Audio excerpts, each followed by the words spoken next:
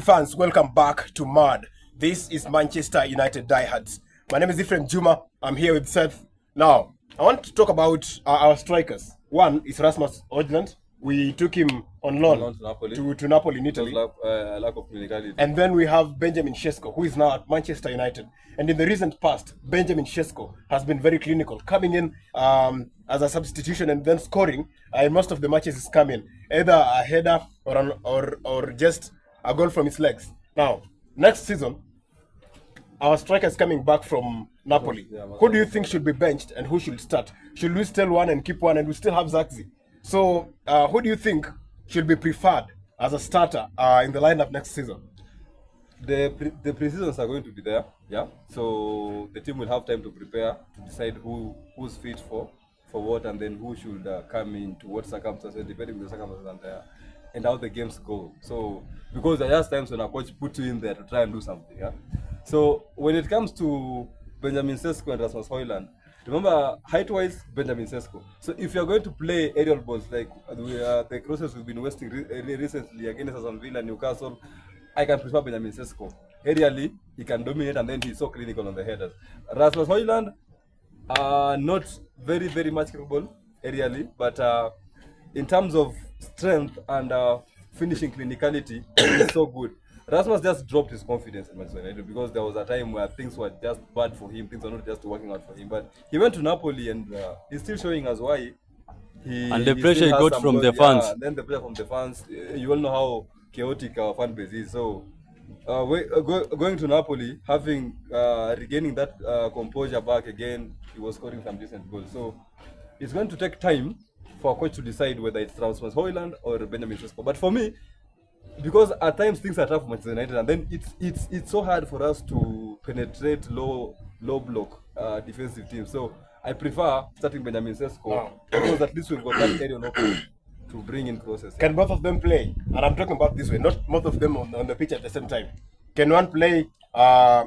Maybe today we have a game today. He plays from first to 68 minutes, and then we bring another one in the second half. Can that happen in every match? That can happen, but the problem is going to be we still have Joshua Zagzi, who I don't know what the club is planning to do. I don't think the club has plans for that. But I think it's very clear that they have no intentions of. They have no plans for that boy. Joshua Zagzi. Because Zagzi, Zagzi. So if they're going to embrace Rasmus Højlund back at Manchester United, then it's going to be very, very good to see a team where we've got Rasmus Højlund as a backup for Benjamin Sesko, and we still have players like Mbeumo Cunha who can still fit in that particular role.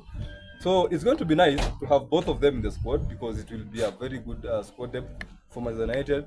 I don't know if Rashford might be coming back also because he might also fight for the number 9 role. And if Rashford is fully fit, the Murife we know, fully fit Marcus Rashford, he might bench all of them. Yeah. Now, do you think Murife is not? I'm talking about Marcus Rashford. Do you think Marcus Rashford is coming back, or he's staying at Barcelona? Because I don't think he's coming back. I would love to see him back. Barcelona want to keep him on a permanent deal. I would love to see him back at United. I would really love to see him back, but this time with a change of attitude. Yeah.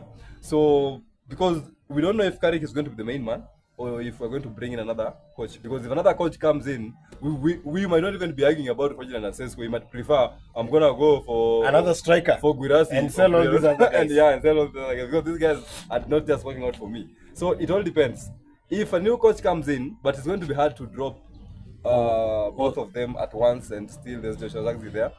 So for me, I think if Carrick is going to stay, Rasmus Højlund and Benjamin Sesko, it's going to be a good competitive thing to see them competing for that particular position, because Rasmus Højlund is also clinical. And don't forget, Napoli wants to maintain Rasmus Højlund. That depends with the club. So we leave depends with the club. You know, for Rashford, it was there was a. And also depends an issue between him and the coach. Yes. Not an issue between him and for Rashford, there was a clause that Barcelona can retain him. Yeah. We don't have that on Rasmus Højlund. Napoli wants to maintain. There's a buying option for Rasmus Højlund. We don't have a buyback clause. We don't have a buyback clause, but there is a buying option. So if Napoli see that this guy is good for us, then they might they might make a bid. Yeah, and if United accept the bid, so the deal will be done. No, but if- we didn't send him there with an obligation to buy. We sent. it's not an obligation. It's an It's option. an option to buy. Yeah, it's not an obligation. to So buy. that means he will come back. Yeah, he will definitely come back. But if Napoli decide to bid, because it's not an obligation to buy, it's an option just to buy. Yes. It's just an option to bid. If it was an obligation, Yeah. we'll have forgotten about Yeah, it. we would have thought about it. But it's good. It's going to be good to see him back with. And then I think currently, Carrick is trying to bring that competitiveness back to the squad, even though it's not consistent. But we can at least see a glimpse of it in some matches. So.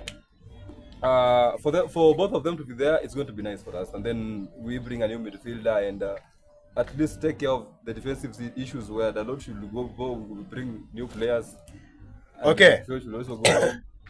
Let me see your thoughts in the comment section below. Subscribe to the channel. This is Ephraim Juma. You're watching Mad.